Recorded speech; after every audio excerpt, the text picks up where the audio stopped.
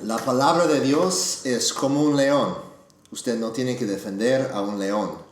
Todo lo que tiene que hacer es dejar el león suelto. Y el león se defenderá. ¿Quién dijo eso? Bueno, pues ya sé que es Charles Spurgeon, Carlos Spurgeon, porque ya me habías dicho esa frase anteriormente. A ver, otro. Libertad es estar tan enamorado de Cristo que tú haces lo que seas que quieras y eso estará de acuerdo a su voluntad. Eso me suena como a Martín Lutero, ¿no? Más actual. Más actual. ¿Está vivo todavía? Sí. Está vivo, uff. Eso lo hace más complicado. ¿Es americano? Sí. No es Julian Trevichin, ¿verdad? No. ¿Cómo que? Libertad. Sí. Sí suena un poquito bueno. Suena. No sé. John Piper. John Piper, ok. No, definitivamente no es Julian Trevichin. Pero esas dos citas me recuerdan, esas frases me recuerdan un poquito de lo que predicaste, lo que prediqué el domingo pasado, allá en Hechos capítulo 3, sobre encajándolo como desde una perspectiva del evangelismo. 3 puntos para el evangelismo, de hecho, que empiezan con C. Claro. Me gustó, hiciste una aliteración de 3C, así que ¿qué fue la primera? Sí, pues gracias. Normalmente no hago aliteraciones, pero pues no sé, en este momento sentí que una aliteración sería buena. Entonces los 3 puntos vendrían siendo: cuando predicamos el evangelio debemos de ser consistentes, debemos de hacer una conexión o hacer la conexión, y debemos de enfocarnos en el contenido. Entonces, esos son los 3 puntos. Obviamente vamos a explicar a qué nos referimos con cada uno de ellos, pero esos son los 3 puntos: consistente, conexión y contenido. ¿Okay? Entonces, cuando hablamos de ser consistente, estamos hablando de que no podemos dar lo que nosotros no tenemos. Y eso, pues me estoy basando en un versículo específico que de hecho es una frase muy famosa que Pedro dice. Pedro y Juan están entrando al templo y ahí hay un cojo que está pidiendo limosna, y entonces Pedro y Juan le dicen: míranos. Y aquí le dice su frase famosa, le dice: no tengo plata ni oro. Esto es en Hechos capítulo 3 versículo 6. No tengo plata ni oro, pero lo que tengo te doy. En el nombre de Jesucristo el Nazareno, anda. Entonces, obviamente Pedro era un hombre que estaba lleno del Espíritu, ¿verdad? Él ya había recibido al Espíritu en Pentecostés, pero no solamente eso, era un hombre que ya había recibido el perdón de sus pecados, que había experimentado de forma directa la gracia de Dios en su vida, el perdón de Dios en su vida. Vemos cómo él negó a Jesucristo 3 veces y él fue perdonado por eso, ¿verdad? Entonces Pedro estaba hablando de algo que él ya había experimentado, el Evangelio, y no solamente que ya había experimentado, sino algo que continuaban experimentando todos los días. En otras palabras, no puedes dar lo que no tienes, ¿verdad? Debes pues de ser consistente en el sentido de que si no tienes el evangelio, si no es una realidad en tu vida, entonces no lo puedes dar. Por eso me gustó esa frase de Piper, hablando de estar enamorado de Jesucristo, que ya hay un deseo. No estamos evangelizando, no estamos predicando el evangelio porque sentimos impulsados por la culpabilidad o porque no estoy seguro si soy salvo y quiero hacer eso para ganar mi salvación, o porque el pastor me está haciendo sentir muy culpable que no soy buen cristiano porque sigue hablando del evangelismo y no lo hago mucho, sino que yo quiero hablar de Jesús con las personas porque amo a Jesús y reconozco lo que Él ha hecho por mí, su amor por mí. Y además que yo esté enamorado de Él, además que esté experimentando lo que es el amor de Cristo, la realidad del evangelio, A nadie me va a tener que forzar para andar hablando de esas buenas noticias, como tú me invitaste hoy a ir a comer sushi, ¿verdad? Y fuiste evangelista del sushi porque fue algo que tú habías disfrutado, claro. Algo que ya habías experimentado y querías compartirlo con otras personas. Y creo que es semejante con el evangelio. Entonces no podemos dar algo que no tenemos, no podemos estar apasionados para predicar el evangelio si realmente no estamos gozando diariamente del evangelio. Así es, no podemos, y como decías tú, no podemos compartir algo que no estamos disfrutando, sí. ¿Verdad? Que no disfrutamos diariamente. Muy bien, entonces ese es el primer punto, ¿verdad? El ser consistentes al predicar el evangelio, al dar algo que tenemos. El segundo punto es el hacer una conexión, hacer la conexión, y específicamente estaba hablando de hacer la conexión entre la señal y la predicación del evangelio, o más específicamente la señal y Jesucristo. Ahora, ¿a qué me refiero con la señal? Bueno, vemos que Pedro y Juan aquí hicieron una señal milagrosa, ¿verdad? Ellos sanaron a un hombre que había estado cojo por 40 años, que había estado cojo desde nacimiento. Entonces esa es una señal muy clara, ¿verdad? Del poder de Dios, de la obra de Dios en la vida de esta persona. Y entonces cuando la gente se acercó a Pedro y a Juan, ellos, en lugar de decir, bueno, pues hicimos esto porque Dios los ama y ya váyanse felices, ellos hicieron esa conexión, ¿verdad? Y dijeron, bueno, hicimos esto. Bueno, más bien dicen, no fuimos nosotros los que hicimos esto, sino que fue Jesucristo el que hizo esto. En el nombre de Jesucristo, este hombre fue sanado. Hacia Jesús, en vez de robar la gloria de Dios, ellos señalan hacia Jesús para que Él sea glorificado, para que la gente reconozca que es de Él, ¿verdad? Y yo sé que he sido culpable por lo menos muchas veces de no hacer esa conexión, de que algo bueno pasa. Incluso como alguien puede decir, vernos caminando en la tienda o en el aeropuerto como familia y ven a mi esposa, mis 6 hijos y nos dicen, pues qué bien se portan sus hijos, ¿verdad? Todos muy educados, y la tendencia natural es decir como gracias, ¿no? Sí. Y dejarlo así. Mi esposa es muy buena para decir, pues es por la gracia de Dios, y eso nos ha conducido a conversaciones sobre el evangelio, a compartir con las personas en base de hacer esa conexión. Ella hace buen trabajo de hacer esa conexión y no solo decir pues Dios es bueno.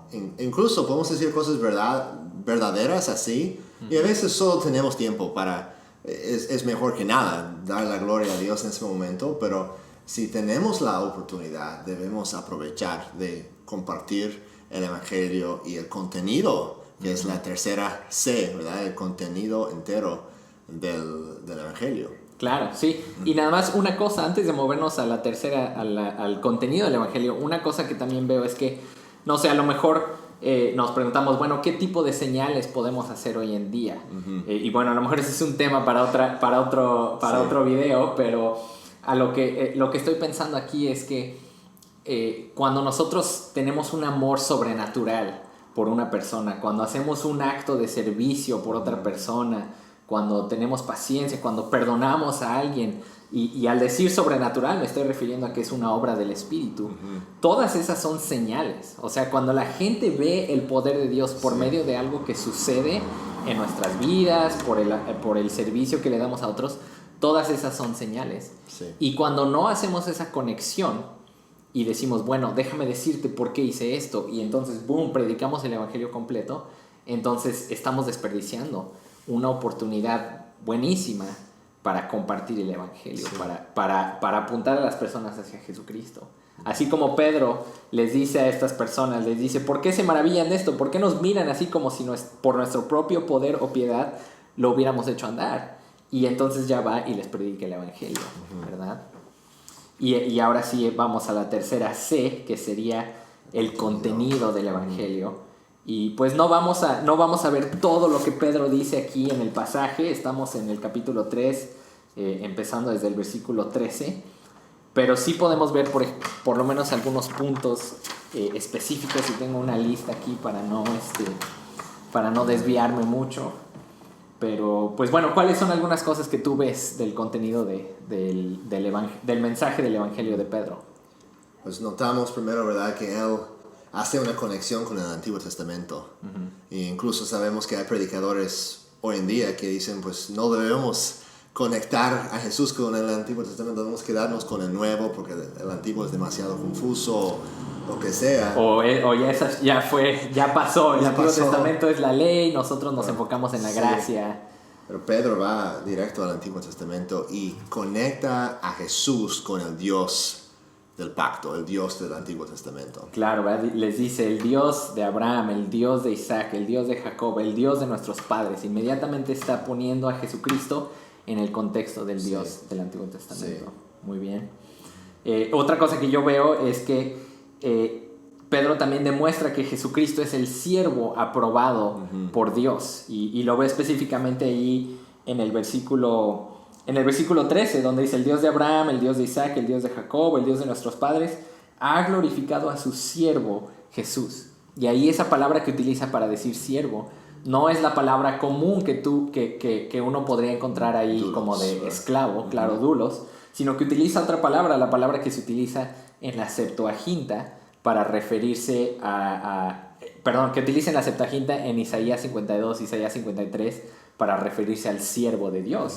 Y está citando casi literalmente de Isaías 52:13, donde dice que Dios va a exaltar a su siervo, y aquí es justo lo que Pedro está diciendo.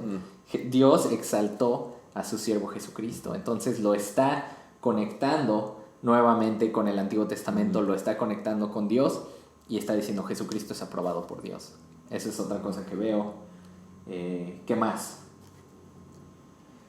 Bueno, también él no niega el hecho de que ellos tienen la culpa por la muerte de Jesucristo, que hoy en día también tenemos la tendencia de ignorar el pecado en nuestras conversaciones con personas que aún no conocen a Cristo. Pedro no hace eso. Él es claro en cuanto al contenido del Evangelio, que necesitamos entender que somos culpables ante un Dios santo y justo y que necesitamos ser rescatados. Y la ironía de eso es cuando no hablamos de pecado, el Evangelio ya no parece como algo tan maravilloso. Como hemos visto, como el Evangelio son como las estrellas y tenemos ahí atrás el cielo negro, ¿no?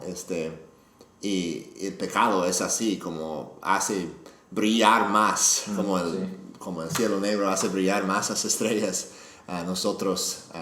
Hablando sencillamente, ¿verdad? Sí. La gloria de Dios se manifiesta aún más tras o enfrente del trasfondo de nuestra necesidad, de nuestra maldad. Y entonces, conectando eso un poquito con el primer punto, si nosotros no nos damos cuenta de que yo era el jefe, que sin la gracia de Dios, soy el jefe de los pecadores, el más grande de los pecadores, entonces el Evangelio no nos va a parecer como algo tan grande. Así es. Sí, entre más nos damos cuenta de la profundidad de nuestro pecado, más agradecidos estamos por la grandeza de la gracia de Dios. Más grande se ve la gracia de Dios. La gracia de Dios no cambia, pero entre más entendemos nuestra propia pecaminosidad, más grande se ve la gracia de Dios. Entonces, conectado con eso, los exhorta a arrepentirse. Claro. De rechazar el pecado, de volver de adorar a ellos mismos y de andar en pos de su pecado y voltearse para mirar hacia el Dios vivo, el autor de la vida.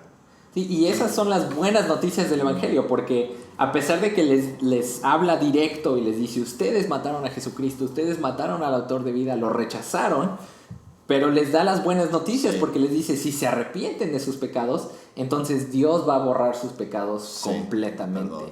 Y eso es las buenas noticias del Evangelio. Sí. Pero si no predicamos el pecado, si no predicamos cómo Jesucristo fue aprobado por Dios pero rechazado por los hombres, entonces las buenas noticias no suenan tan buenas, ¿verdad? Porque hoy en día muchas veces decimos: pues cree en Jesucristo y serás salvo. Bueno, ¿salvo de qué?